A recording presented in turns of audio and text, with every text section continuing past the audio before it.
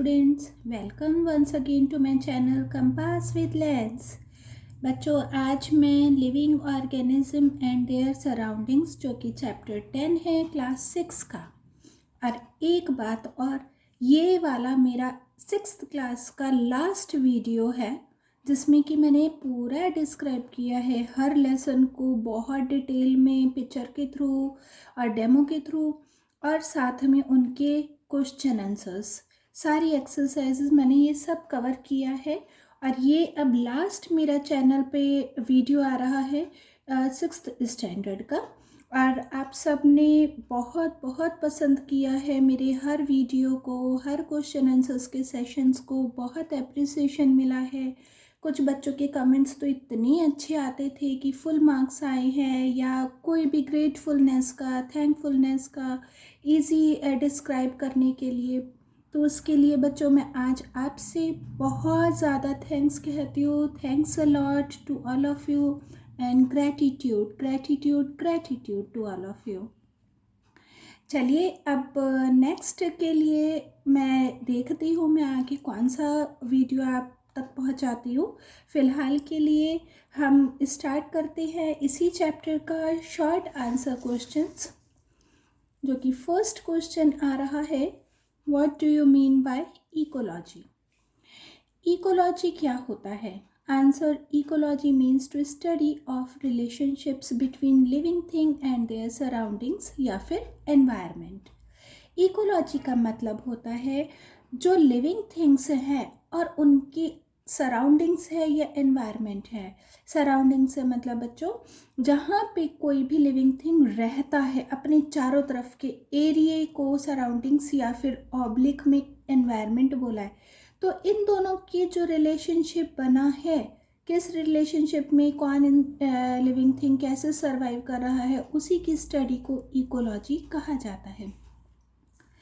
First question हमारा हो गया है। सेकंड क्वेश्चन पर आने से पहले मैं रिक्वेस्ट करूँगी कि अगर आपको ये वीडियो अच्छी लगी तो बच्चों इसे ज़रूर लाइक कीजिएगा, और चैनल पे आप लोग में से कोई भी नया है तो सब्सक्राइब ज़रूर कीजिए और ज़्यादा से ज़्यादा शेयर कीजिए, जिसकी वजह से आप और मैं दोनों मिलकर हम लोग सब बच्चों की जो नीडी है, जिन्हें ज़रूरत है, जिन तक बहुत ज़्यादा चीज़ें नहीं पहुंच सकती हैं, स्टडी मटेरियल नहीं पहुंच सकता है या टीचिंग नहीं पहुंच सकती है, तो उन बच्चों को हेल्प करने में हम सब मिलकर हेल्प कराएंगे, ठीक है ना, जिससे कि उन्हें भी बहुत ज़्यादा हेल्प मिले।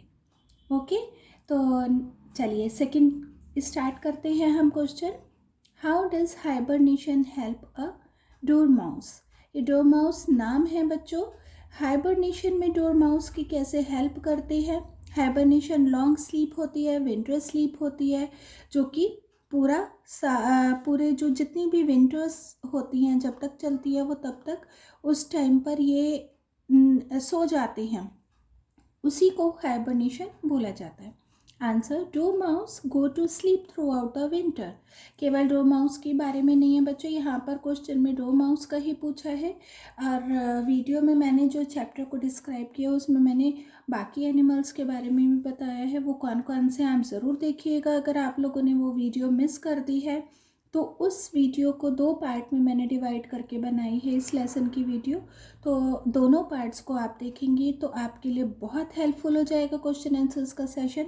तो आप प्लीज़ पहले उसे देखिएगा, ये मेरी रिक्वेस्ट है आपसे। उसी के बाद क्वेश्चन आंसर्स पर आइएगा, जिससे कि आपको समझने में और लर्न करने में बहुत हेल्प भी मिलेगी और बहुत ईजी भी हो जाएगा। तो ये पूरे विंटर स्लीप के लिए चले जाते dormouse. This is known as hibernation, इसी को हाइबरनेशन बोला गया है। Hibernation is a deep sleep that helps animal to save energy.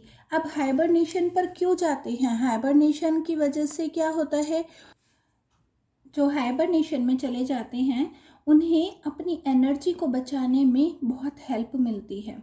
And survive the winter without eating much, और अपनी पूरे विंटर को वो बहुत ज़्यादा खाने से भी बचा लेते हैं और उसी में सर्वाइव करते हैं। They utilize the food.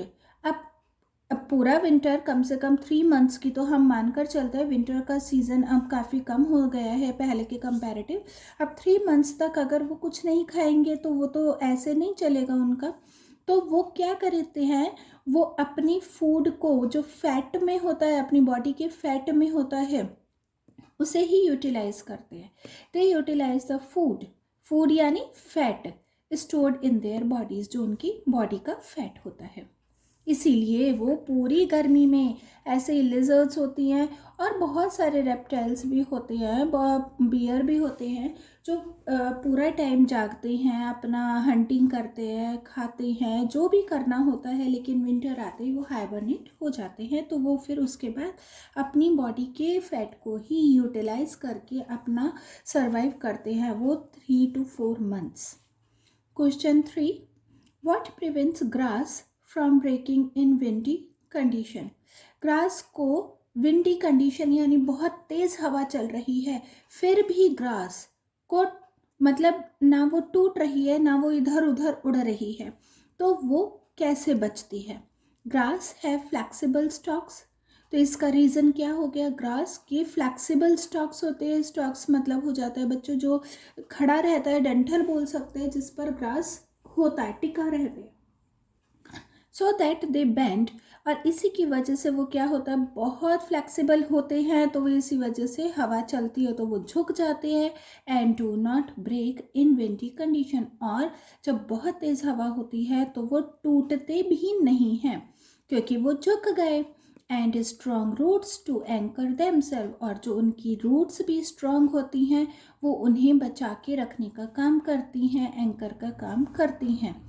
ठीक है, मैं फिर आपको क्लियर कर देती हूँ। बहुत फ्लैक्सिबल होते हैं और बहुत लाइट वेट होते हैं जो ग्रास होती है। आपने हवा चलते हुए देखा होगा कि ग्रास जो है एक साइड पे, जब भी हवा चलती है, जिस डायरेक्शन में हवा चलती है उसी साइड में वो झुक जाती है, और वो विंडी कंडीशन यानी हवा चलते टाइम पर भी वो टूट कर इधर उधर नहीं जाती है, क्योंकि उनकी रूट्स भी उनका एंकर का काम करती हैं, उन्हें बचा के पकड़ के रखने का काम करती हैं, ये कह सकते हैं पकड़ के रखने का काम करती हैं। Question 4, give an example of an animal. उन एनिमल का एग्जाम्पल हमें देना है specialized to eat food that few others eat. वो इस जो कि स्पेशली उन्हीं का देना है जो दूसरे एनिमल्स का फूड खाते हैं। What adaptation does the animal have to eat that food. और वो जो इस तरीके का फूड खाता है उनका एडेप्टेशन कैसा होता है। एडेप्टेशन से मतलब वो किस तरीके के वातावरण में, एनवायरनमेंट में रहते हैं। अब जो एनिमल्स दूसरे तरीके के फूड खाते हैं उनमें आंसर में आ रहा है जैसे पैरट्स एंड टर्कन्स ईट नट्स।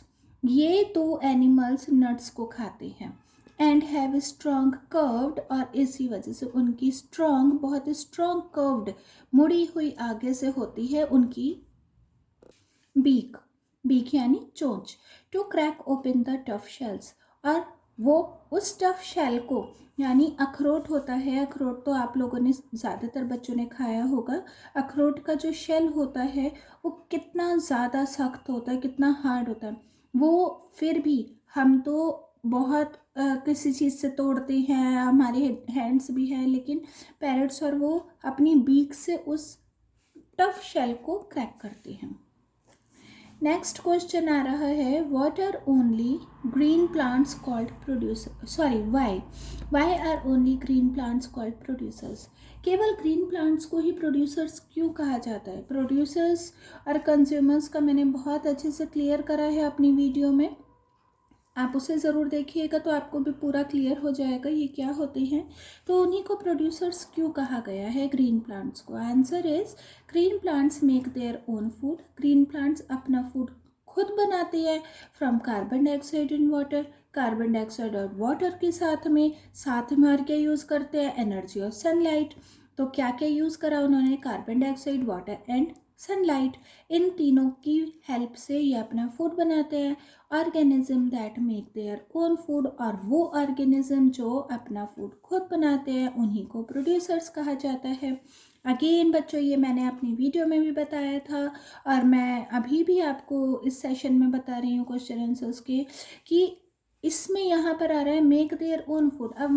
अब हम अपना फूड तो हम अपने घर में किचन में भी बनाते हैं, तो हम प्रोड्यूसर्स नहीं हैं। प्रोड्यूसर्स का मतलब हो जाता है बच्चों जो खुद अपनी किसी भी चीज़ से बना रहे हैं। प्रोड्यूसर्स में फार्मर्स आ जाते हैं, क्योंकि वो अनाज को उगा रहे हैं, पैदा कर रहे हैं। हम वो चीज़ नहीं कर रहे हैं, क्योंकि हमें वो मिल रहा है फूड, हमें वो फूड खुद मिल रहा है, हम उसे बस कुक कर रहे हैं। आपको मेरे हिसाब से आपको पूरा क्लियर हो गया होगा जो मैं कहना चाह रही हूँ। अगर फिर भी डाउट है तो मेरी वीडियो पे ज़रूर जाइए, उसे ज़रूर देखिए। 6th क्वेश्चन आ रहा है बच्चों, लायंस हैव स्ट्रॉन्ग क्लॉज। बहुत स्ट्रॉन्ग पंजे होते हैं लायंस के, that can be withdrawn inside their toes, जो कि टोज के अंदर को घुसे हुए रहते हैं। How does this help the lion, और ये लायन को किस तरह से हेल्प करते हैं? Answer, this helps them creep up to their prey without making a sound while hunting. ये इसको बहुत धीरे धीरे चलने में बहुत, हम भी कभी आप लोगों ने, सबने बच्चों ने खेला होगा ना, वो छुपम छुपाई खेलते हैं, हाइड एंड सीक जिसे इंग्लिश में बोलते हैं। तो हम क्या करते हैं, हम बहुत धीरे धीरे छुपते हैं ना, और बहुत धीरे धीरे आगे बढ़कर दूसरे साथियों को पकड़ने की कोशिश करते हैं, है ना। तो ऐसे ही यहाँ पर ये इनकी हेल्प करते हैं लायंस की, जो अपने शिकार को पकड़ने में हेल्प करते हैं, जो जिसमें कि बिना कोई साउंड हुए वो अपना शिकार कर सकते हैं। 7th question, mention to adaptation in plants. 2 adaptation हमें प्लांट्स के बताने हैं। ग्रोइंग इन डेजर्ट, जो कि डेजर्ट में रहते हैं, that help them survive in scarcity of water. और फिर उसके बाद में वो स्कैर्सिटी यानी कमी, पानी की कमी में भी वो सर्वाइव करते हैं। प्लांट्स को तो पानी की ज़रूरत होती है, लेकिन डेजर्ट में पानी नहीं होता, बारिश भी कम होती है, पानी भी इजीली नहीं मिलता है, तो वो कैसे सर्वाइव करते हैं? आंसर, फर्स्ट इसमें आ रहा है, plants have long roots. Plants की जो डेजर्ट में रहते हैं उन प्लांट्स की बात हो रही है बच्चों, मैं फिर आपको रिपीट कर रही हूँ। डेजर्ट प्लांट की बात है तो उसमें जो उनके प्लांट्स होते हैं, डेजर्ट प्लांट्स जो होते हैं, उनकी रूट्स बहुत लंबी होती हैं, दैट पेनिट्रेट डीप इनसाइड, जो कि बहुत गहराई में चली जाती हैं सॉइल के। किस वजह से? पानी की सर्च की वजह से। बहुत ज़्यादा गहराई में जाएंगी तो नीचे सॉइल के नीचे बहुत ज़्यादा गहराई में उन्हें पानी मिलेगा, जिसकी वजह से वो पानी अपने तक ले लेते हैं। सेकेंड आ रहा है, प्लांट्स हैव फ्लैशी स्टेम्स। और प्लांट्स की गूदे वाली मोटी मोटी स्टेम्स होती है टू स्टोर वाटर, जिसमें कि पानी भी स्टोर रहता है, इकट्ठा रहता है।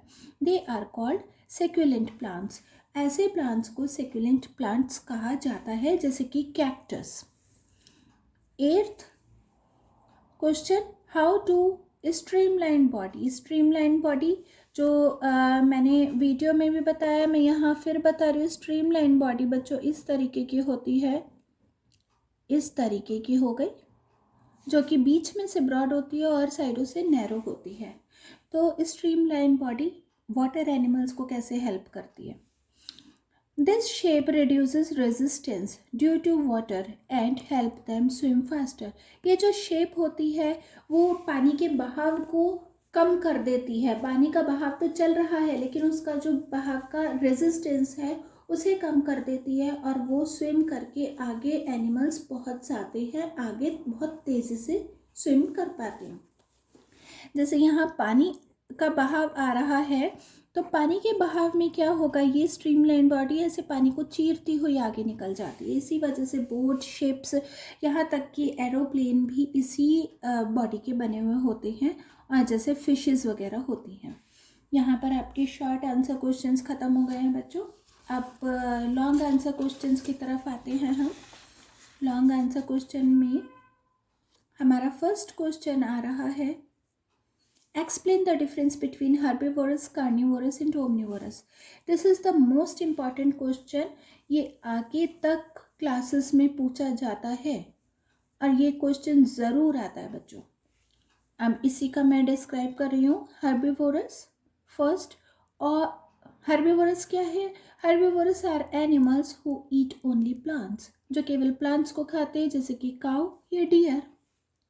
Carnivorous are animals who eat only flesh, carnivorous केवल दूसरे एनिमल्स का मांस खाते हैं, फ्लैश खाते हैं, फ्लैश ऑफ अदर एनिमल, जैसे कि लायन या फिर टाइगर। और omnivorous are animals who eat both plant and animals. अब जिसमें कि वो प्लांट्स भी खाते हैं और एनिमल्स भी खाते हैं। सबसे ज़्यादा फायदे में तो यही रहते हैं, इन्हें प्लांट्स मिल गया तो प्लांट्स खा लिया, एनिमल्स मिले तो एनिमल्स खा लिए, कोई चक्कर ही नहीं, कोई झंझट ही नहीं, है ना। हर्बीवोरस के लिए तो प्लांट्स ढूंढेंगे, कार्निवोरस दूसरे एनिमल्स को ढूंढेंगे, ये सबसे ज़्यादा ऐश में रहते हैं। तो जैसे कि ईगल और वल्चर, ये दोनों तरीके का खाते हैं। I hope this is clear to you. Question 2. Mention two ways in which plants. Mention two ways in which plants are useful to animals. वो दो ways हमें बताने जिसमें कि plants animals के लिए बहुत useful होते हैं. Animals depend on plants.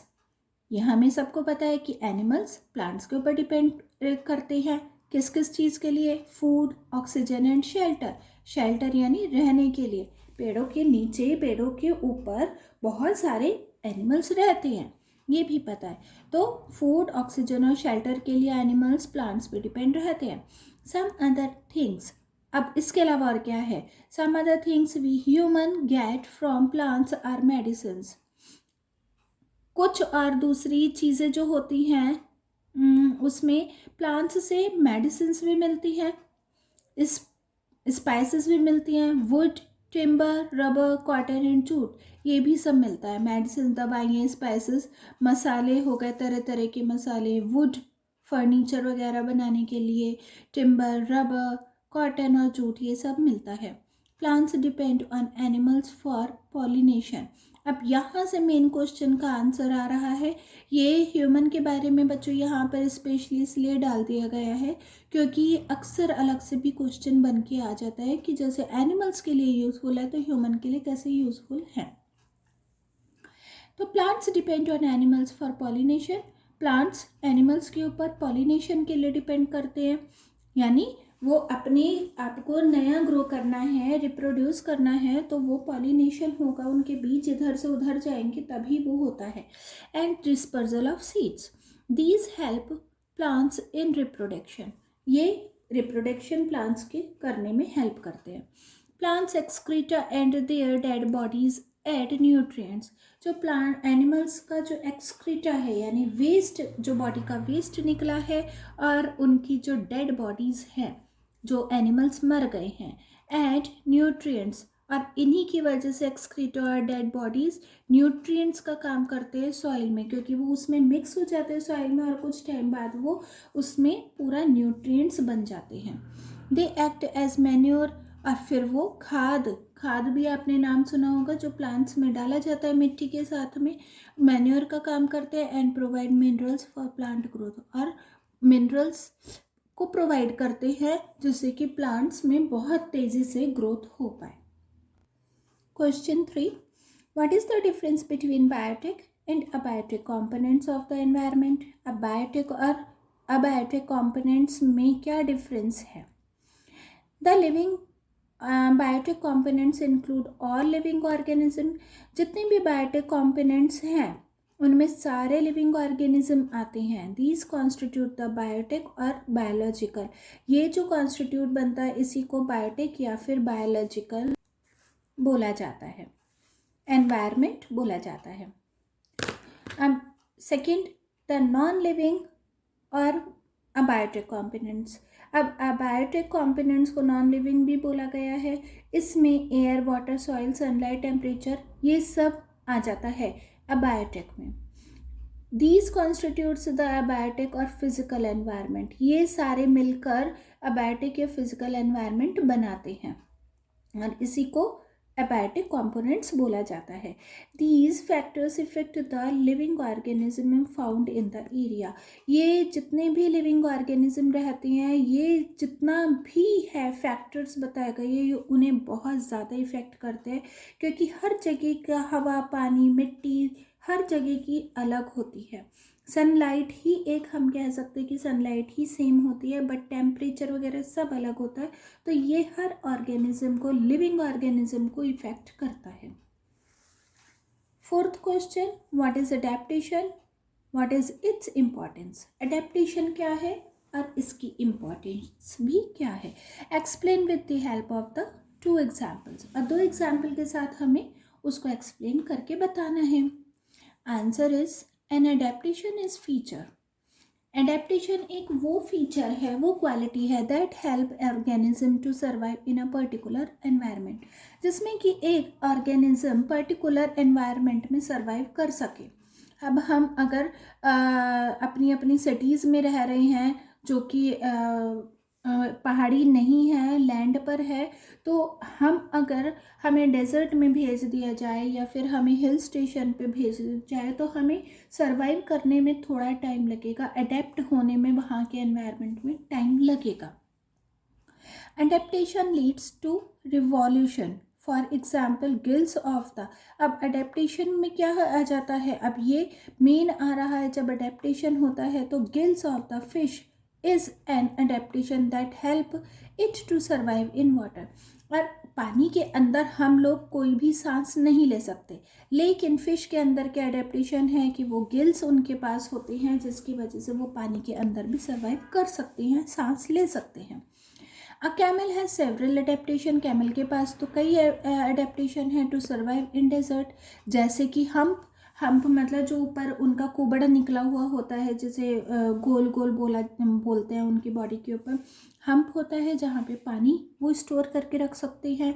और स्टोर करते हैं तो उसके बाद उन्हें अगर कई दिनों तक पानी नहीं मिलता है, तो वो उसमें बिना पानी के भी सर्वाइव करते हैं, क्योंकि वो अपने हम्प से पानी का यूज़ लेते हैं।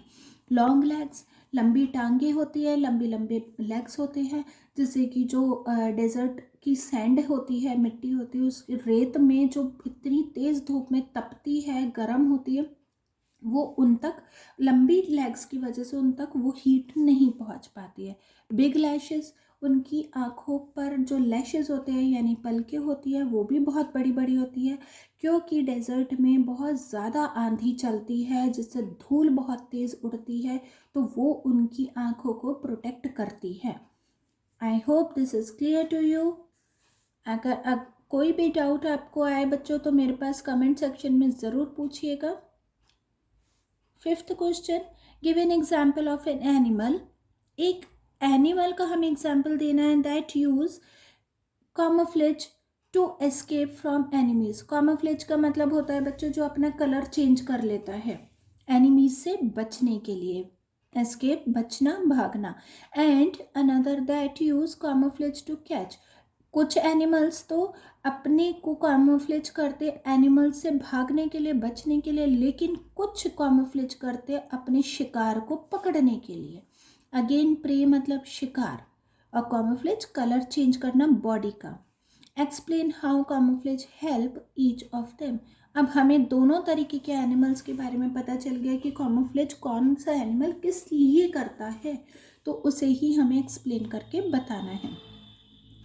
Answer, many rain forest animals use camouflage. Rain forest animals ज़्यादातर कैमोफ्लेज को बहुत यूज़ करते हैं टू एस्केप फ्रॉम एनिमीज, अपने शत्रु, अपने दुश्मन से भागने के लिए, बचने के लिए।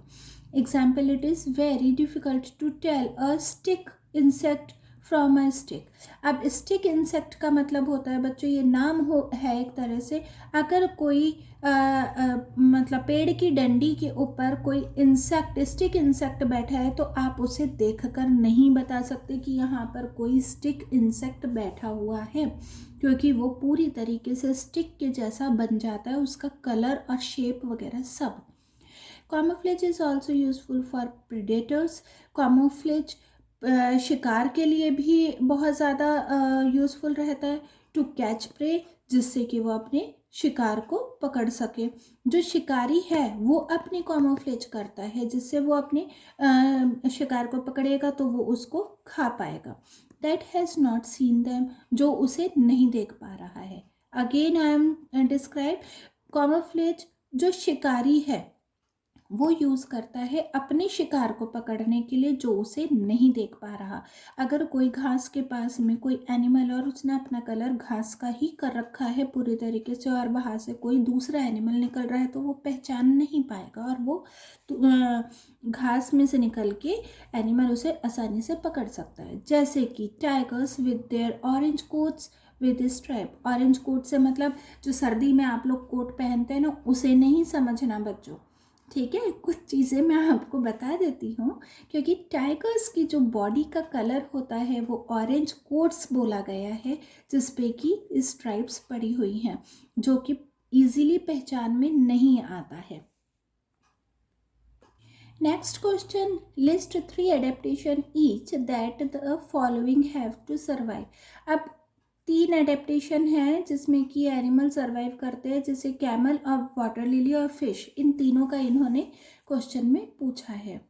फर्स्ट आ रहा है, हम पहले कैमल का ले रहे हैं answer. Camel has several adaptation to help it survive in a desert. Camel के बहुत सारे एडेप्टेशंस होते हैं जो वो डेजर्ट जैसी जगह में सर्वाइव कर सकता है। अब जो मैंने पीछे आपको पढ़ाया था, इन शॉर्ट बोल सकते हैं, जो आंसर था इन शॉर्ट मैंने डिटेल में बता दिया था, वही सेम यहाँ पर है बच्चों। अब इसे ध्यान से पढ़िएगा, मैं आपको रीड करके बता रही हूँ, वही सेम चीज़ आएगी। It has a hump where fat is store. यहाँ हम्प होता है जहाँ पे फैट स्टोर रहता है। This provide it with food in time of shortage. It can therefore live without food for several days. यहाँ पर फूड के साथ साथ में वाटर भी है बच्चों, वो पानी के बिना भी काफ़ी टाइम तक रह जाता है। वहाँ पे फूड तो स्टोर रहता ही है, साथ में पानी भी स्टोर रहता है, जिसकी वजह से वो कई दिनों तक फूड और वाटर दोनों के बिना सर्वाइव कर सकते हैं। It can drink a very large quantity of water at a time. They store and then stay, ये स्टे है बच्चों, stay without water for a long time.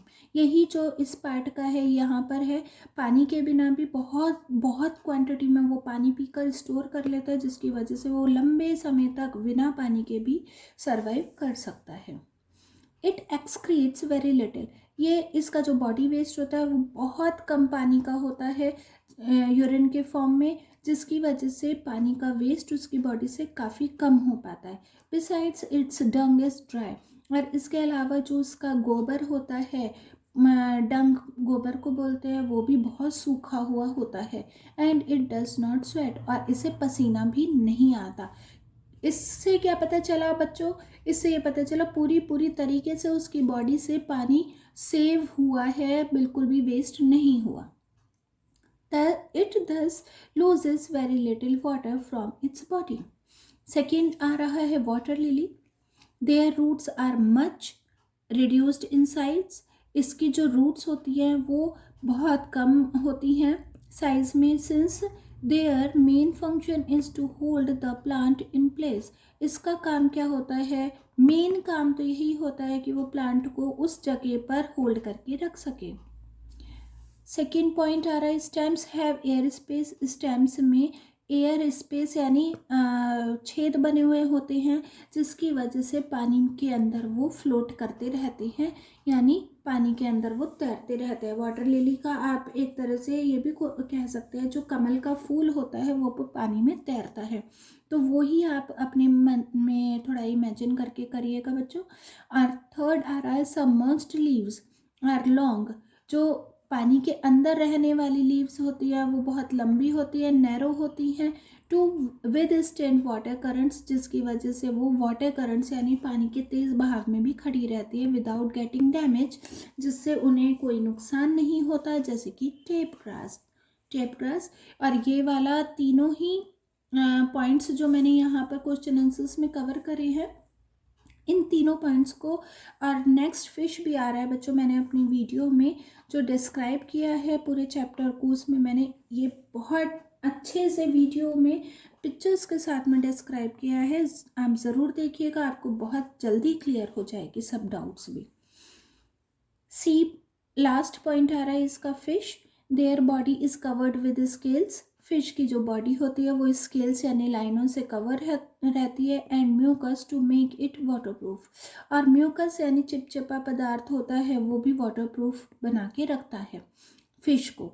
This also protects the fish and makes movement दो water easier. और इसकी वजह से क्या होता है, वो पानी को बचा के रखती है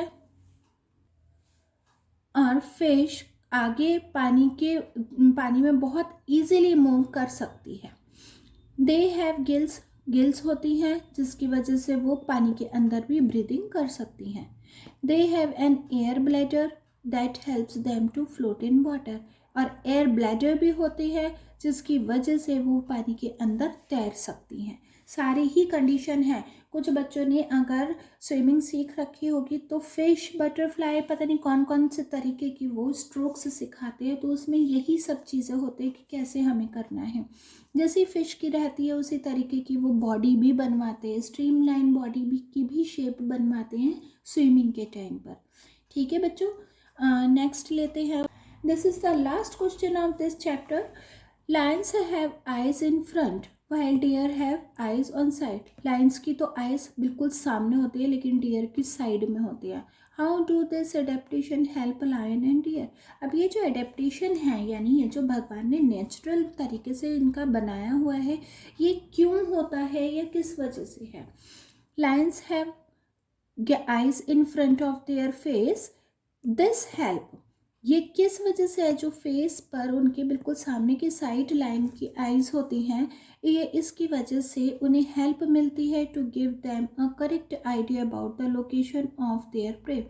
प्रे यानी शिकार, शिकार की पूरी करेक्ट आइडिया उन्हें पता चल जाता है कि वो किस लोकेशन में कहाँ पर है, किस जगह पर है। और लेकिन जो डियर का है, डियर का भी हम देखते हैं, while deer have eyes on the sides, लेकिन जो डियर है यानी हिरन है उसकी जो आइज होती है वो साइड में होती हैं of their head. This enables to look in all directions for danger. और इसकी वजह से क्या होता है, वो जो भी इसको खतरा होता है वो उसको भाप लेने के लिए वो ऑल डायरेक्शन, हर चारों तरफ की दिशाओं में वो देख सकता है डियर, जिससे कि वो बच सके अपने शिकारी से। तो देखा बच्चों, भगवान ने कितना अच्छा बनाया है। लायन को भी लाया ऐसी आइज दी है कि आप अपना शिकार करो, और डियर को भी ऐसी आइज दी है कि आप अपने शिकार से बचो, है ना। लेकिन बुद्धि तो बच्चों सबको लगानी पड़ती है, चाहे आप हैं चाहे एनिमल्स हैं, कोई भी हो, सबको अपना ब्रेन का यूज़ करना पड़ता है ना। चलिए, और यहाँ पर हमारा क्वेश्चन आंसर्स का सेशन भी ख़त्म हो गया, और यहाँ पे हमारे 6th क्लास की बुक भी फिनिश हो गई है। और वंस अगेन मैं आप सबको बहुत थैंक्स बोलना चाहूँगी, आप सबके इतने प्यार के लिए, इतने अप्रिसिएशन के लिए। और बहुत सारे बच्चों ने बहुत वीडियोस को शेयर किया, जिन बच्चों ने वीडियोस को शेयर किया है और लाइक सब्सक्राइब भी किया, उन सबको तो स्पेशल थैंक्स है। ठीक है बच्चों, तो आप ये सब करते रहिएगा जिससे हम सब मिलकर और बच्चों की हेल्प करें, ज़्यादा से ज़्यादा वीडियो को शेयर करके, सब्सक्राइब करके। चलिए नेक्स्ट वीडियो अब मैं देखती हूँ मैं किस चीज़ का बनाती हूँ। तब तक के लिए बाय बाय।